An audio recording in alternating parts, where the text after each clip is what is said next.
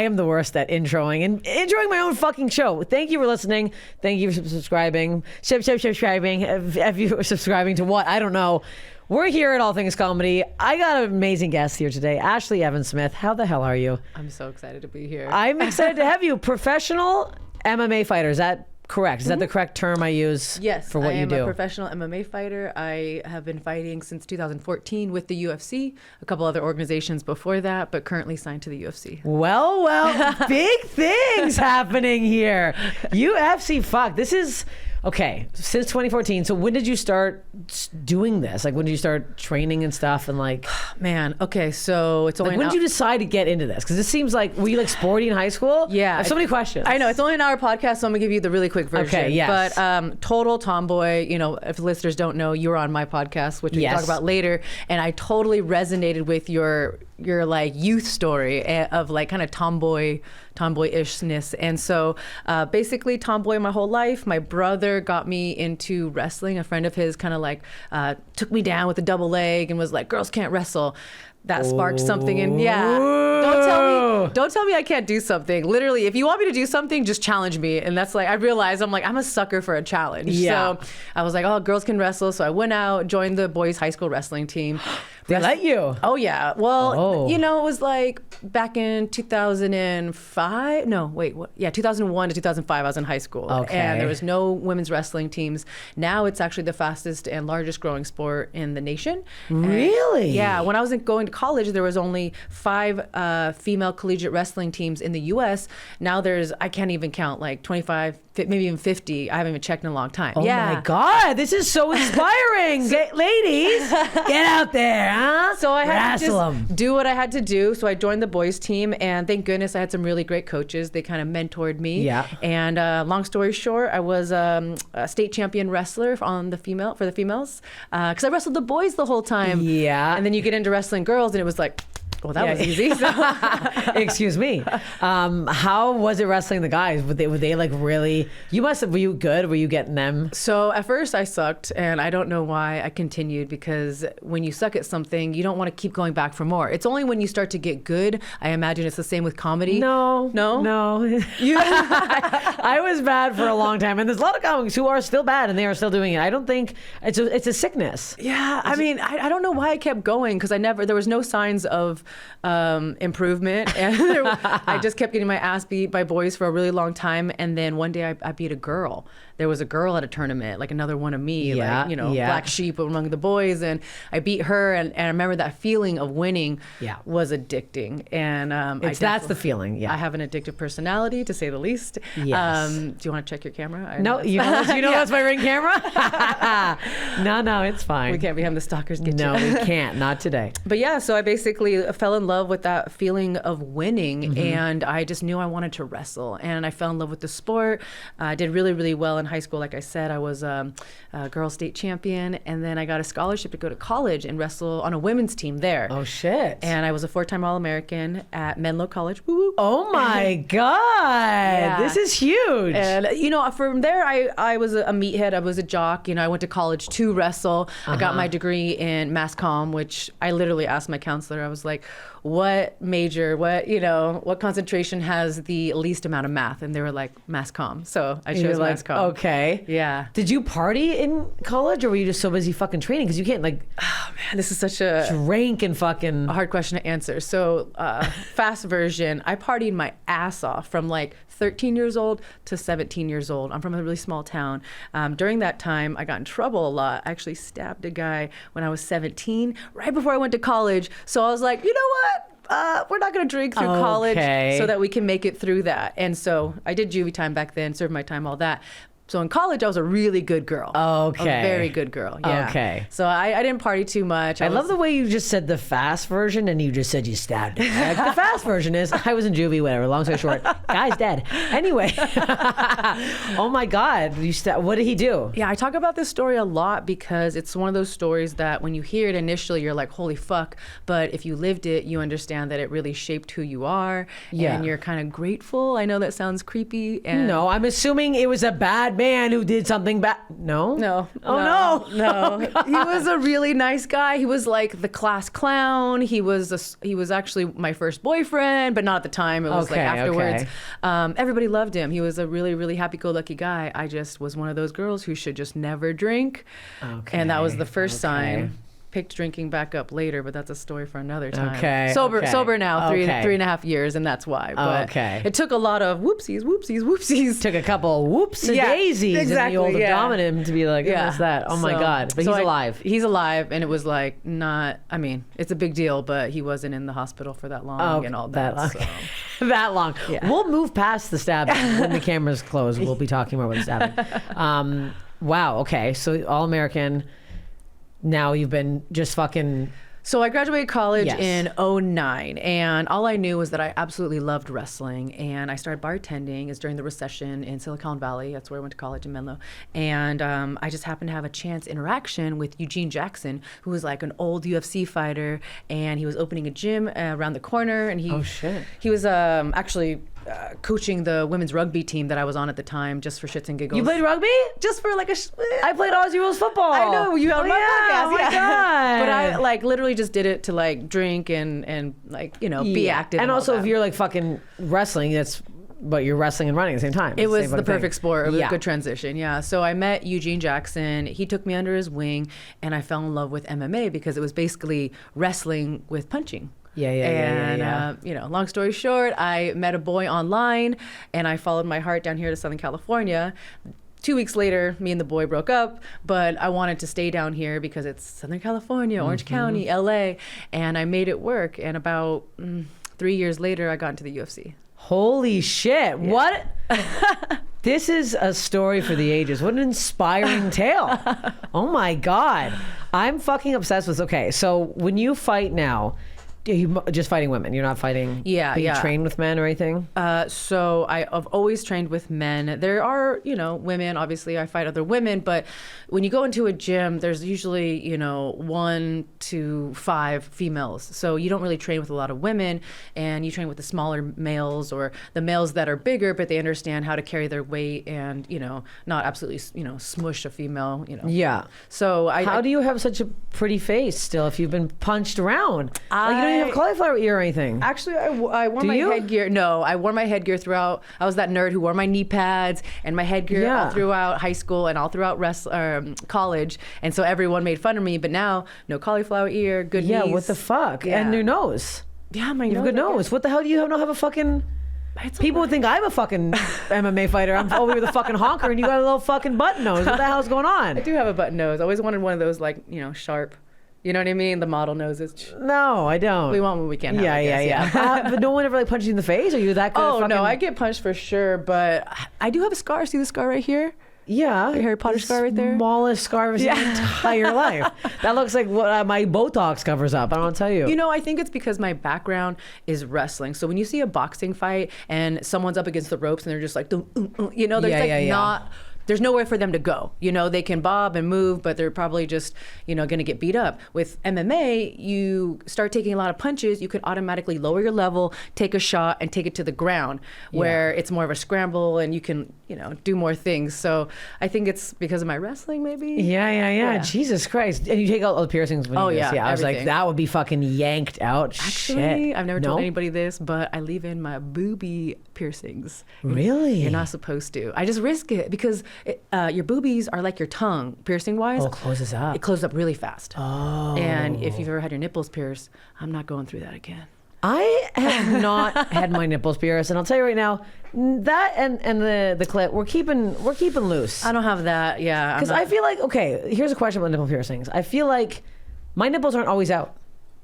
Always out? They're not always out. Oh. Like they're sometimes like flat. No, mine are always forever standing at attention. But I was like, because I think once you get them pierced, that's you have no choice. Forever. They have to stay out now. And this is a podcast about bodies, and we're probably going to bring it up. But I got my boobies done about 2 years ago, right after I had spine surgery. Yeah, I was always part of the small titty committee. But they're like a good size. They're not even. I didn't go crazy. No, you didn't go crazy. I had no idea. I got stuff to do. Girls to punch, I had no clue that you had them done. Thanks. Yeah. I mean, I didn't want to go too crazy, but I didn't want to. You got some nice young gals. But now they're always, because of the piercings, always hard. Yeah. And it wasn't really a problem before, but now when they're big and they're noticeable and you always have hard nipples, it's annoying.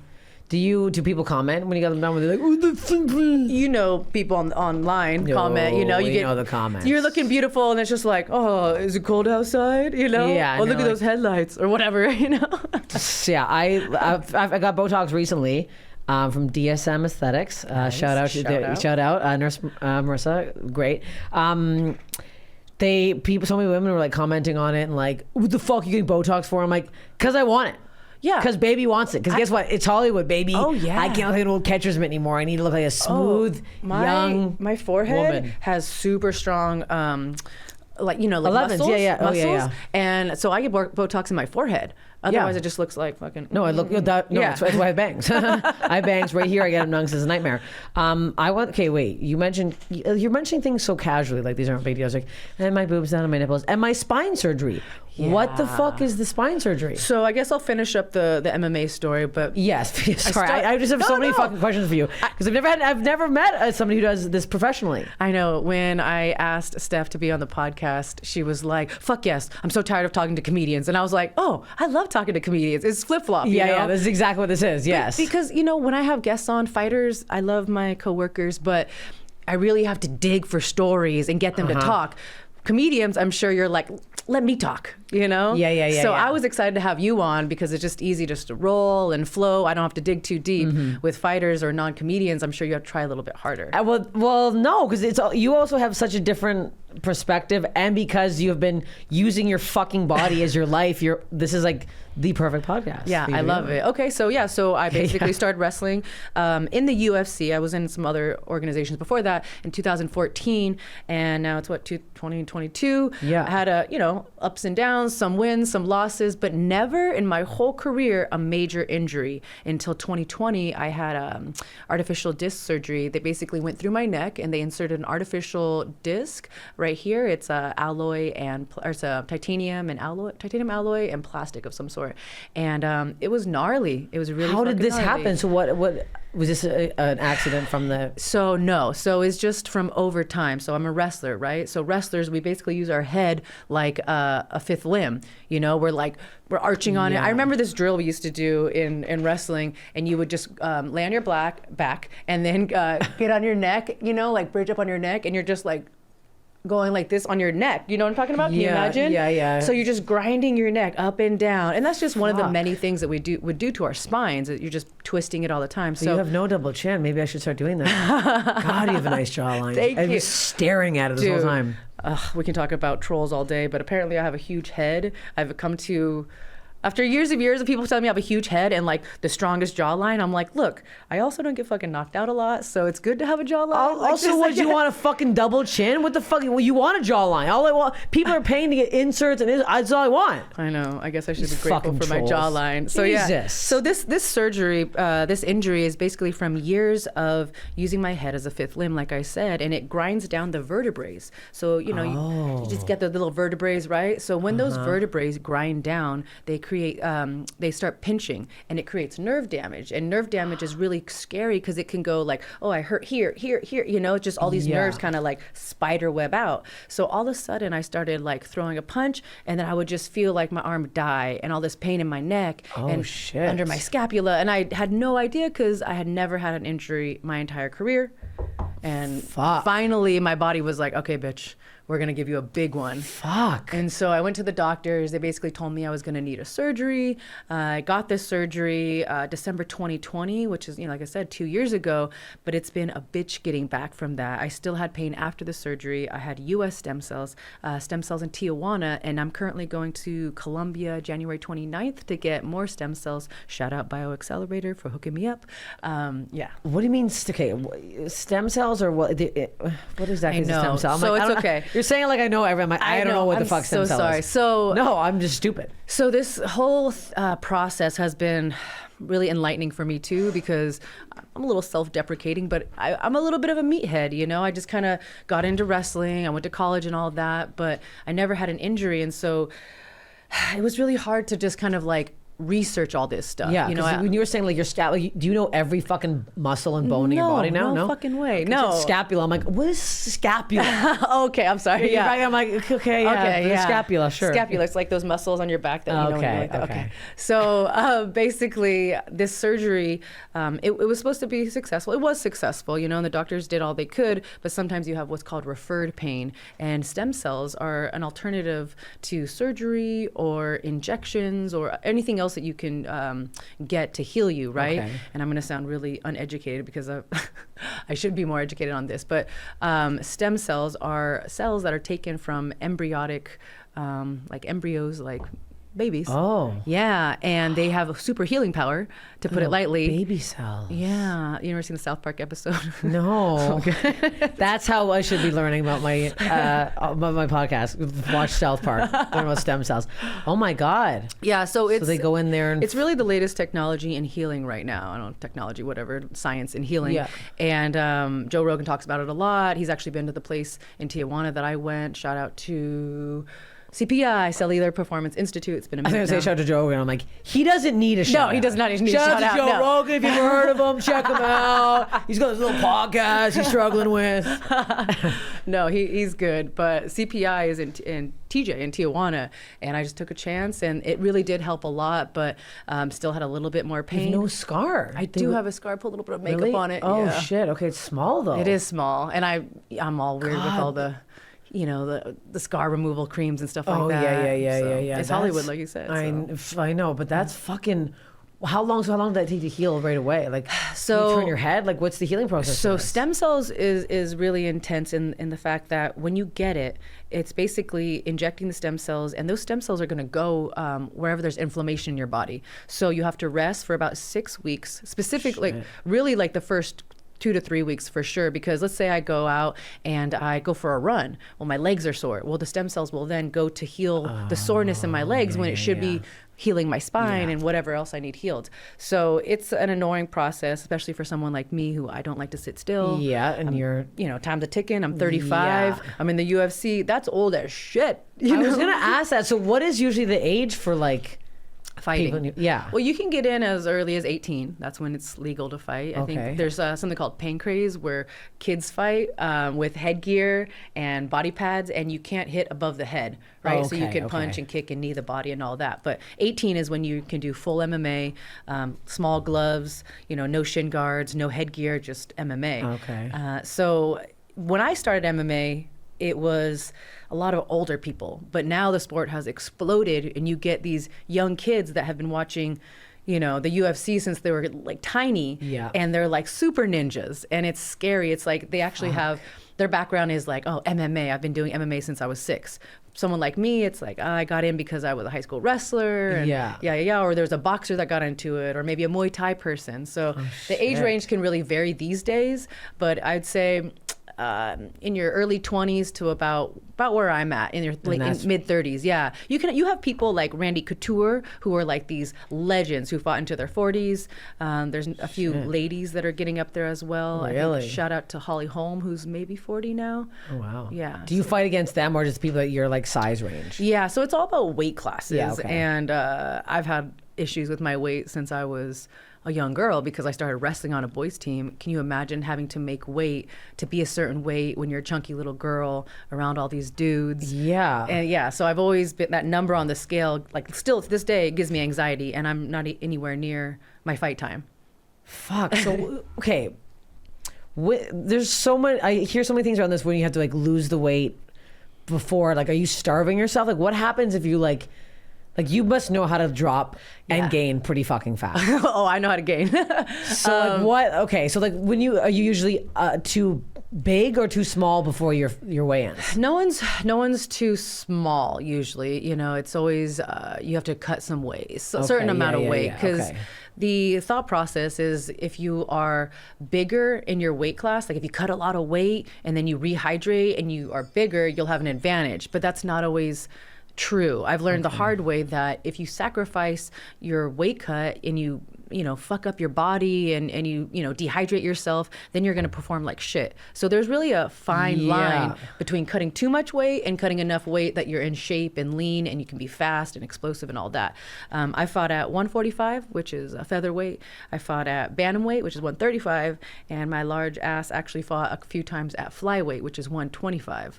And those were extra hard to get to those weight classes. Jesus Christ. What would be considered like 160? What's that weight? If you say morbidly obese, I'm going to walk into the sea right now. I'm walking to Santa Monica. It's a little unfair right now because men have weight classes all the way from 125, the flyweights, to heavyweights, which is like 285. Okay. And the females, at least in the UFC, only have 115 strawweight, 125 flyweight, 135 bantamweight, 145 featherweight, and there's only a few featherweights, and that's it. I can't fight in the UFC. Yeah. What the hell is this? I'd have to lose fucking 15 pounds. That's too much. How would I lose 15 pounds really quickly? So there's lots of ways. Like I'm gonna start doing MMA right now. You ever heard of the plastic bags and the sauna suits? You never seen the wrestlers? I see people running with this in Griffith. Okay, so that actually helps. So if I work out with bags on, I'm shedding. You don't really want to cut water weight unless you have either like a body competition like figure or you're a boxer or a wrestler, because that water weight is going to come right back. Yes. You want to focus on actual dieting. Yes. People who aren't fighting, they don't need to cut weight. You guys just need to diet and be healthy. And if you want to like lose, if you're in like the Biggest Loser challenge and you actually want to change that number on the scale, I could definitely help someone cut some water weight, but there's no point. You know what I mean? Like why dehydrate it? Good, drink some water. No, dehydrate. All this weight talk's making me thirsty. Yeah. I'm actually starving. No, dehydration of your body is super bad. Your brain needs water. It's just, I'm not even like scientific. Like I said, I'm a little bit of a meathead, but from all the years of trial and error, I know what's good and I know what's bad. Yeah. Wow, so I can't fight in the UFC. That's fuck you, UFC. They should make a bigger one. Well, I understand. What about tall women? It's all about money, and so the talent pool is not as large. There's only, I think right now, I looked at the roster the other day, there's only 6 female featherweights in the UFC. And so they're trying to fill it, but you need large women who have a desire to get punched in the face. Do you know what I mean? Like, there's not a lot of crazy ladies like us that are like, that sounds great, let's do that. If I didn't have to use my face for comedy, I would do it. If I could just be the woman who wore a bag on her face. What was it? Wasn't there a comic, an unknown comic that used to do that? I don't know.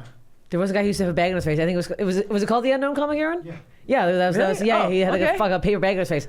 I could be the next unknown. Everyone knows me for my acting. I was a big Steph. We know that's you. I'm like, I can't talk anymore. I got UFC face. UFC face. Are you friends with a lot of people in the UFC? Like, is that? Oh yeah. Yeah. I mean, I started the podcast that I have, Sex and Violence with Rebel Girl.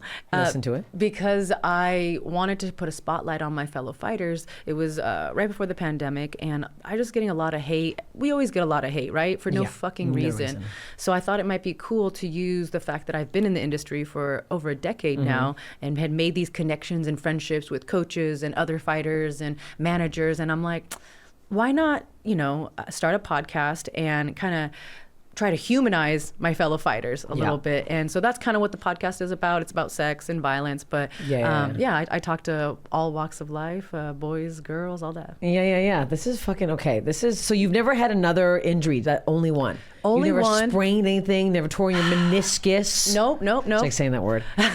I've done like little sprains where maybe I had to take a few weeks off. And never like when you're wrestling, like nothing. Like I've been injured nonstop, and it's like any sport I do. My sister tore ACL in basketball in high school. I have a fucking bad lower back right now from just lifting like a little bit of weights for this like item, and you're like. So I always joke around, and I feel like I have bad genes because it's so hard for me to lose weight, and I've always been like this kind of chunky, bigger girl. But in all actuality, my partner's like, babe, you are fucking. There's a joke, or there's like an instance that happened to me. I went into a 7-Eleven and I came out and there was a black man standing there, and he looked at me and he goes, "Dang girl, you sturdy." And by the way he said it, I knew he meant a compliment. Yeah, but then yeah, I was yeah. like, that's not the compliment that you want to hear. No, but you know? sturdy's nice. But sturdy, I realized sturdy has helped me be uninjured throughout the years. I am a sturdy girl. And so over the years, I've had little tweaks and strains here and there, but nothing major. This one was just fucking blew me off my socks. Have you ever injured somebody? Like, oh yeah. Okay, so let's get into your, like, what have you done in the ring? Well, the first major injury that I did or whatever, I don't know what you want to say. I remember I don't know how to word that properly.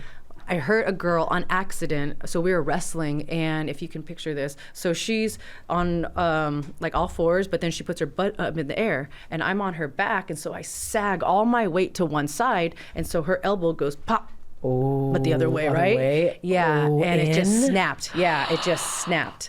And it was the regionals, and I remember she was just screaming. Oh my God. Someone caught it on videotape, and she couldn't go to the state tournament. I felt so fucking bad. Well, she was mad at you. It wasn't you.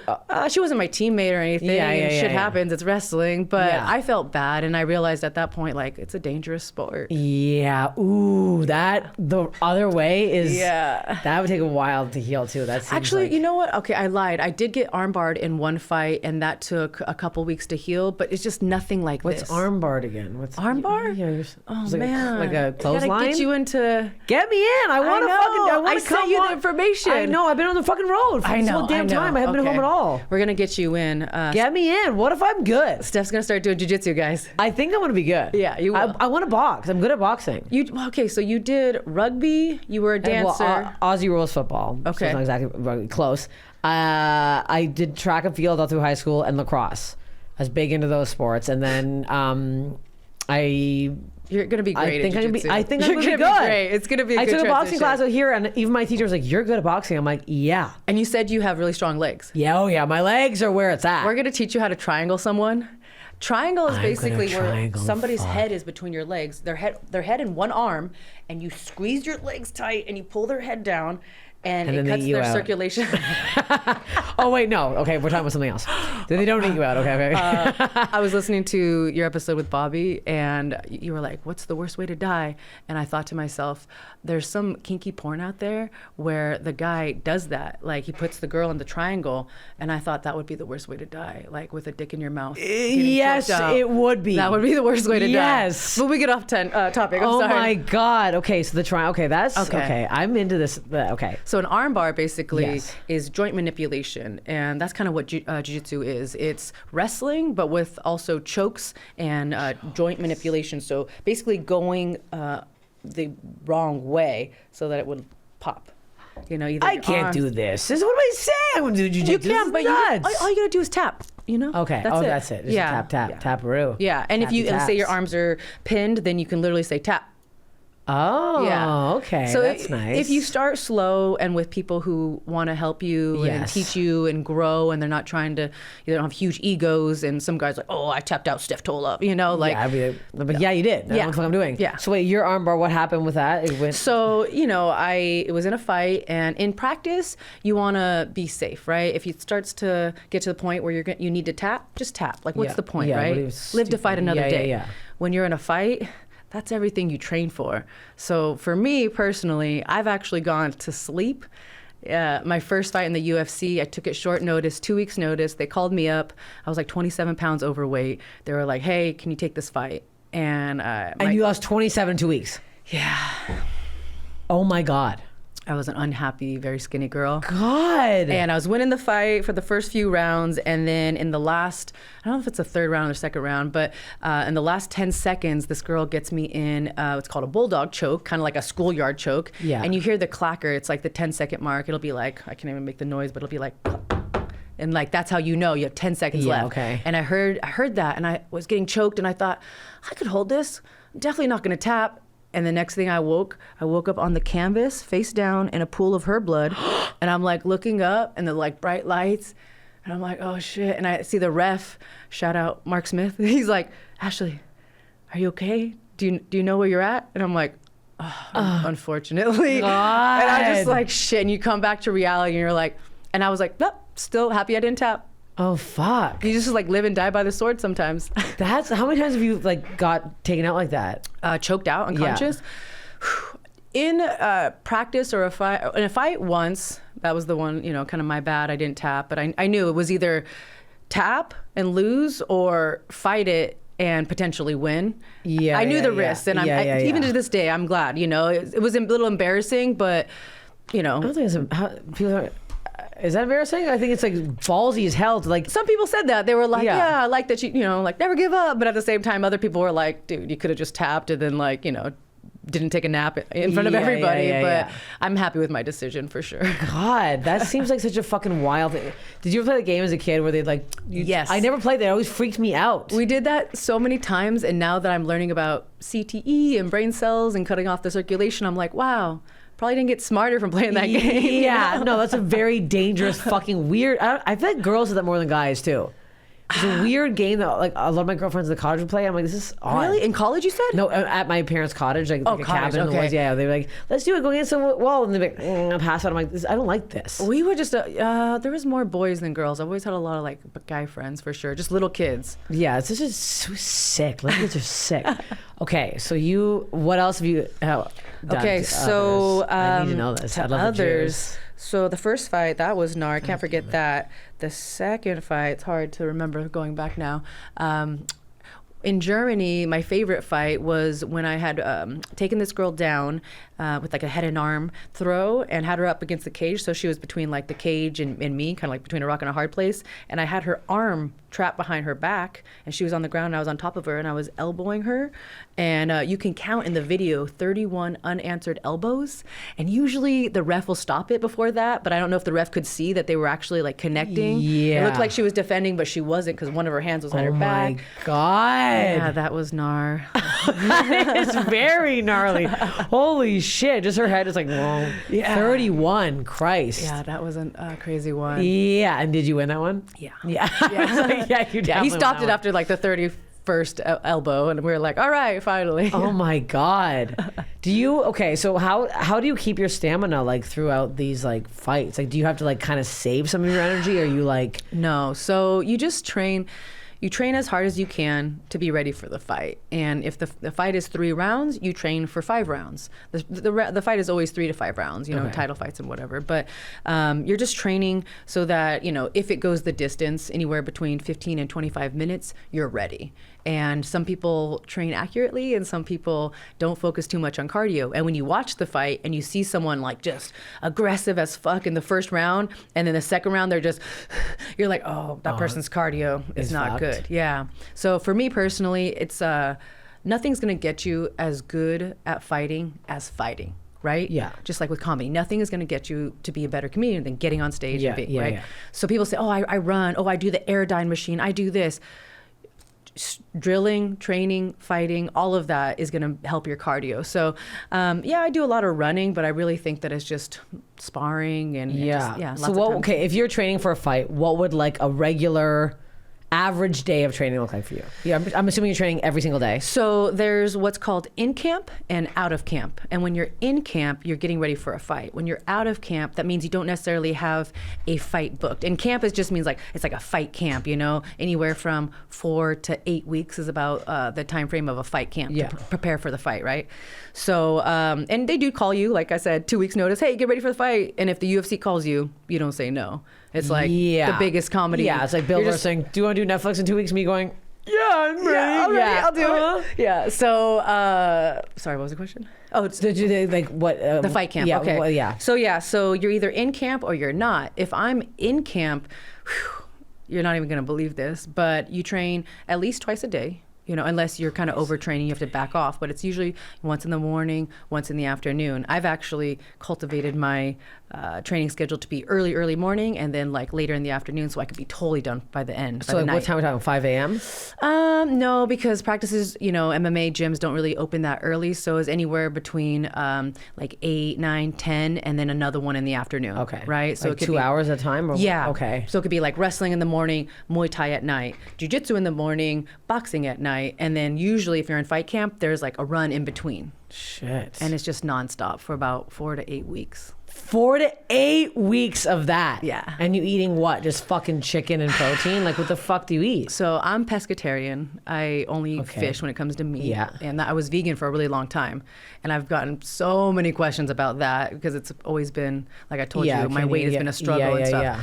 I did it to get my weight down in college when I first went vegetarian. And then when I got to the UFC and all that, I actually was vegan, and a lot of people gave me shit because they're like, oh, you'd win more fights if you ate some meat. And I still only eat fish, but for like health purposes and iron and all that. So so I'll eat, really healthy, and like the weight is always an issue for me for sure, because before my mentality was like, oh, I need to get lighter, but now I really feel like my healthy weight class is bantamweight. It's not flyweight 125, and it's not featherweight 145. It's right there in the middle, Jesus. 135. So I just diet and train. And how tall are you? 5'8". Oh my God, I'm way over my. God damn it! So you don't have an ounce of fat on you, do you? I do, especially because right now I'm not in camp, so I'm not training. I'll train once a day. What's your now. body? What's it called? The fat percentage? Yeah. Oh God, I don't even look at the number on the scale. You think I look at my fat percentage? Jesus Christ! I need to fucking see. You know what? I gotta go to Muay Thai. I gotta fucking start training my ass off. I think you would love jujitsu. Muay Thai is great too. Okay. Muay Thai is great too. There's nothing like kneeing and punching someone. Okay. But jujitsu with your legs, and if you have a stalker. If I have a stalker, guess what? You're about to get fucking. Yes. He's not getting the triangle. He doesn't get that close to my pussy. He's getting fucking. Muay Thai would be good just to teep and Yeah, I definitely want to have a couple things to be able to like take him down. Yes. Or if he takes you down, you want to know how to do a reversal and run away, because essentially self-defense is fleeing first, right? If you have to fight, but just get the fuck out. This is psychotic. I can't wait to learn. It's wild. So what's the worst thing you've ever heard? The worst body thing out of all the fights you've seen, out of all the people you've injured, what do you think's the worst thing you've ever heard? Is this like the worst from earlier? Yeah, like the worst body thing you've ever. Well, this is okay, because you told me, you were like, yeah, I'm gonna ask you this, and I was like, cool. And then I really racked my brain, and you were like, I think you said something that has like stuck with you or scarred you or something like that. Yes. Okay, and I don't want to say this girl's name because you don't need to I say imagine she's trying to put this behind her. Okay, yeah, no, we don't need names. But the way that she dealt with this situation, I'm just like, fucking hats off to her. But so she's a fighter, and she was in the cage fighting, and she was up against the cage. I forget what position they were in, but she ended up getting like her bladder, like her little lower area, pressed down on, and she ended up pooping her pants in the middle of the fight. Oh, really? Yeah, and the girl that she was came out on TV onto the other girl's foot. Yeah. And I cannot, because I would be mortified if that happened to me. And you know what she said? The best part of this story. Oh my God. She goes on Twitter afterwards, and all she says was, "Hey guys, shit happens." I mean, that's pretty funny. I'm like, wow. She really handled so it well. good. Yeah. That doesn't seem that bad out of all. What? I thought you were going to say, in my head, I was picturing you saying her bladder came out and was stuck in the cage, and then her organs were on the other side of the cage or something. Like, I mean, like something like that. That's hilarious that scarred you. I haven't seen fight anything people for a living, and you're like, and poop came out. Well, for me, that was bad. It's the idea of like, what if you shit your pants in front of millions of people? Yeah. I mean, that's what happens to comics every time you bomb. So, I mean, I think that we have that feeling. Yeah. I think I'd rather shit than bomb. I'd rather honestly shit on stage than bomb. Oh, God. No, that sounds kind of crazy. I was just like, wait a second. No, I wouldn't. But because I bombed the last 3 shows of the Comedy Store in the last couple weeks. Like, I've eaten shit. How do you know when it's a bomb? Like when there's no one laughing. Crickets chirping? yeah. When there's absolutely nobody reacting or laughing. Yeah. Okay. No, I had one was, I guess it wasn't a bomb, but 2 felt like a fucking. 1 was so bad that someone DM'd me if that was in the audience. They're like, what the hell is the audience's problem? That they hated you. I'm like, I know they hated me. Ah, shit. You don't think I know? I went home and cried in my car. Yeah, I'm well aware. Fuck. Somebody's shit. Okay, do people pee? I feel like people pee a lot. I pee a lot on stage. I'm having a problem where I'm like saying something loud and piss comes out.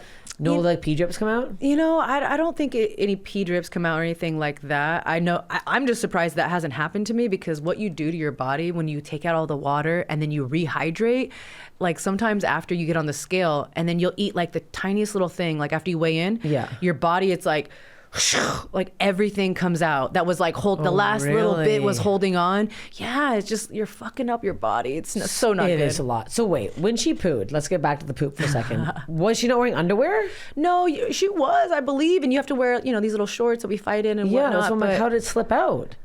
I think you're wearing tight underwear, like you're wearing a thong. I imagine it's diarrhea. Oh, that would make more sense. Yeah. Okay, I was like, I don't mind picturing a full log of shit coming out. Oh yeah, like a hard log, somehow slipped through the pants. Oh no, that would mean she down. had like food in her stomach. No, like when you're cutting weight, she probably cut a lot of weight too. So there's nothing in there. How do you have any fucking energy? Drink coffee? What are you doing? Like I said, there's good ways to cut weight and there's bad ways, and I think she probably maybe had a bad weight cut. Yeah, but. That's the worst shit happens. thing. I don't know. You've never seen like I feel like every time I watch UFC, someone's like ears getting ripped off. I've never seen that, but like okay. So Leslie Smith, shout out to Leslie Smith, former UFC fighter. She was doing stand-up comedy for a while. I'm not sure if she is still. She's a Northern California girl. Her ear had really bad cauliflower ear, right? So for your listeners who don't know a cauliflower ear, it's when your ear basically is so damaged that the cartilage like will swell up, and then you have to get it drained. Oh, I didn't know you do that. Yeah, okay. It will swell up, and then you get the liquid drained out, and then when your ear kind of tries to form back to its normal self, it looks all wrinkly like a little baby fetus. Oh. Cauliflower. I'm sorry, it looks like cauliflower, so that's what they call it. Yeah. And so her cauliflower ear was really large, and the girl that she was fighting, I believe it was Jessica I, she punched her ear to like in the right spot where it disconnected from her head and was just flopping, blood just flopping. Oh. Yeah. I didn't realize that's what it was. The cartilage swells up and then does that. Mm-hmm. Yeah, so it's like, you ever seen like knee bursitis? No. Like the knee will swell up and there's like a big like pus sac in there. No. And you have to get that drained. It's the same kind of thing with your ear. Then why don't people drain it then? Why do all these guys walk around the cauliflower ear? No, they do drain it, but so before it becomes cauliflower, when it gets damaged, wrestling or punching or whatever, it will swell up. You don't see this because they go to the doctor or they have a home. So the cauliflower is it after the swelling's down? Yes, that's the final version. That's the final version? Yeah. Ew. Yeah. And you're telling me if they had just worn a fucking headpiece this whole time, they wouldn't have this? Well, people don't wear headgear in MMA. They only really wear it in wrestling to protect your ears. So you don't wear it when you're... I'd wear headgear when I'm sparring. Okay, but more so for CTE to protect my brain, right? Yeah. Don't you feel like your brain's jostling around sometimes? Like I feel like sometimes I can feel it. I feel like as you get older, you train smarter. Okay. And especially before the fight, you don't need to really do a lot of hard sparring. But yeah, like I said, I was trained with guys my whole life. I've been knocked around a time or two. So that's their ear forever. Yeah. Because cauliflower ear, I literally one time on Tinder saw this really hot guy, and I like looked close at his photos and I zoomed in, and he cauliflower ear. I was like, I can't. What? Look at that. That's all. That's a line for me. I know that sounds bad. It really grosses me out, especially when it's so much and they have like a really tiny ear hole. So for me, this is how. Well, I don't know if I'm fucked up, but I'm attracted to it. Well, of course you are. Because to me, I see that and I'm like, damn, this motherfucker is either a good wrestler or worked his ass off, or maybe he just sucks at wrestling and got his ears banged up. But my first reaction is like, I'm turned on by it. Yeah. Oh, God. Yeah, it's weird. It looks like an old vagina. I need a nice face, but the ears can be banged up. The ears can be banged up. No problem. Yeah. Have you dated any UFC guys? Yes. Have you? I wouldn't have to say names or anything, but like you guys, is that like crazy in bed? Because you're like, so my wrestling. partner that I've been with for 3 years is a black belt in jiu-jitsu. He's actually the one that that you tell me. Yes, sent you to that school, and he was like, it's going to be a good fit for her. And I always tell people, because they always ask about this, like I have a sex podcast, so they're like, oh, what kind of guy are you banging, right? Yeah. And I always say like wrestler hips, but he is a jiu-jitsu guy by background, and it's just about like the way that they know how to move their body, but also your body. I actually had on this guy, he's a former UFC fighter and now UFC commentator named Dean Thomas, and he told me that jiu-jitsu, he's a black belt as well, jiu-jitsu made him a better lover. You ever been with someone and they're like, okay, you're trying to switch positions, and you're like, your butthole is in their face. It's just not sexy. A jiu-jitsu guy will like pass your guard all smooth. I know you might not know what that means, but like kind of like move your legs. It's just like a movie almost, because sex is like in the movies, it's like, oh, romantic, but in real life, it's like disgusting. Like farts and it's gross. And so jiu-jitsu guys are a little bit more smooth in bed. That's nice. And they've got good hips too. Yeah, I like that. Yeah, what the hell, Zach? Go to fucking jujitsu. Take it with you. He should come. It's a good bonding thing. It's It a really is. good bonding Okay, thing. well maybe we'll do it then. If he love doesn't get it. the fucking ear situation. Oh yeah. Where are we at for time here? We got a couple more men.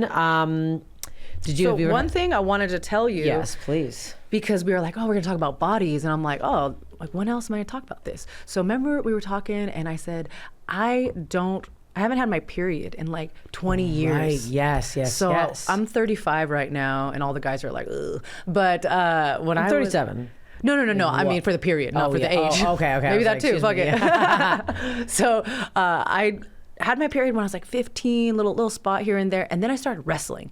And it's kind of normal to do sports, and then your period goes away. Yes. Forget the fuck what it's called. There's a name and all that. So I didn't worry about it for a very long time. And then as I got older, I realized, man, like to not have your period for like 15, 20 years, kind of Yeah. crazy. Never had to buy tampons, never ruined my undies, never had to ask the guy like, is that okay? You still gonna go? Nope, you know?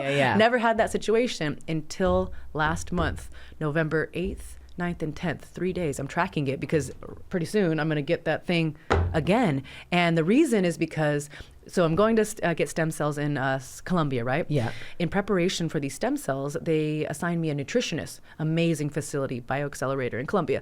And they assigned this girl, Sarah Brandau. She's amazing. And she was like, look, stem cells are absorbed through your gut. So we're going to get your gut health on point. And gut health is good for like everything. Yeah, but yeah. like I said, I'm a little bit of a meathead. I'm like, oh, me lose weight, me eat veggies and whatever. So gut health is all about eating fermented foods, you know, because it has a lot of different probiotics and different strains of bacteria in there. So I started doing everything this woman said, eating kefir. And I never even drank dairy, right? Kefir is like a concentrated yogurt. Yeah. So it's got all the good probiotics. So kefir in the morning, fermented beets and all these different veggies, and lots of kombucha. She was like, hey, warning you, you may get your period back. And sure enough. 15 fucking years. No, Did you get cramps? Like 20 years. I don't even know. I'm bad at math. You know, no cramps. I've never had cramps my whole life. And what else comes with periods? Bloating, yeah. Did you get bloating? I always feel bloated. I don't know, probably. But wow. Yeah. So now I'm like, what the fuck? It's kind of, it's unfortunate because I thought I kind of like skated by without having a period my whole life. Yeah. Did you want kids? Because you have to have a period to have exactly. kids, correct? Yes. So that was why it was a blessing in disguise because I never wanted kids. Okay. You know, not that. You know, nothing like traumatic happened to me, but I just knew like, okay, for me to have kids, I'm going to need like a buttload of money because kids are expensive and have to be like at a place where I could sacrifice for them. Yeah. I have so much left I want to do. I want to travel. I want to fight for a few more years. You know, I want to do stuff, and it's just kids aren't in the cards for me. And I met my partner, and he's the same. He doesn't want kids. Oh, that's nice. So it's perfect. Yeah. Well, that's what you want. Fuck, 15. When I trained for a half marathon, I didn't have a period, but that was like a year. Yeah. And that was like, and that was nice. It's but I so was nice. Like, but it's like, it's fucking wild to think that just working out like this consistently, just fucking, that's it. Yeah. So now I'm like, okay, it's coming back. But the woman, Sarah, she's like, that's the best sign. That's basically your body is doing its own regulation of the hormones. Like, it's a good sign. It's how your body cleanses itself too. Yeah. So I'm just excited. My skin looks better. Feels better. Yeah, Shit. like I'm not in camp right now because I don't have a fight coming up at the moment. But everyone's like, oh, Ashlee, like you look trim and slim, and I'm not even running. I'm doing my little bit of training here and there. Yeah. Send me this fucking nutritionist, goddamn. I'm like, this sounds good. She's amazing, yeah. Wow, I want to trim out, and I'm gonna start fighting in the UFC. They're gonna add a different division. They're gonna add a division called Fatty 2x4. No. And Steph Tolev's knocking at your door, and I'm gonna be like, I'm the next fucking Rogan. The Rogan fight? I don't know what I'm saying right now. I think he fought a couple fights, but never in the UFC. Well, I'm gonna fight Rogan. I'm gonna start I'm gonna challenge Joe Rogan to a fucking fight. Thank you for coming. I gotta wrap this up because I gotta fucking go do another stupid. It doesn't matter what I have to do. You're a busy woman. Yeah, I'm a busy woman. So are you. Listen to Pump Your Podcast again. And you also said, so, my final question is but you said it already. The worst way you could die, you think, is. Oh yeah.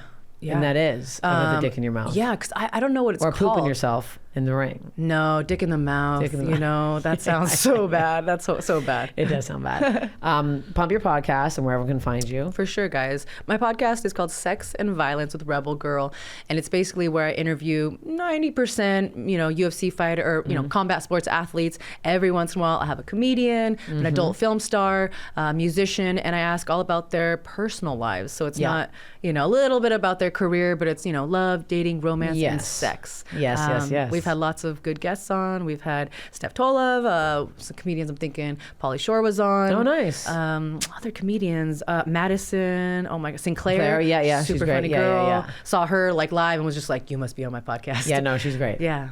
That's great. Well, thank you so much for this. I'm like, sorry I had so many questions, but I'm like, I've never. You know, this is great. You have such a fucking. I can't believe an hour already went by. Well, it was like less, but I'm so sorry. No, Baby has to do a live radio show now. Thank you so much for coming on, Ashlee. It's fine. Please keep listening to Steph Infection. Follow Ashlee. It's Ashlee Evan Smith on all social medias. Yeah, it's at Ashlee MMA, ASHLEE MMA, and at Sex and Violence with Rebel Girl, spelled out. There we go. Thank you so much. Keep listening to Steph Infection. Follow me on Instagram and Steph Infection Podcast on Instagram. And if you have a story you want me to read, a story body related, email me at steph.tolev@gmail.com. Watch the videos on YouTube. I don't know how to end this. Thank you, All Things Comedy. Bye. Bye.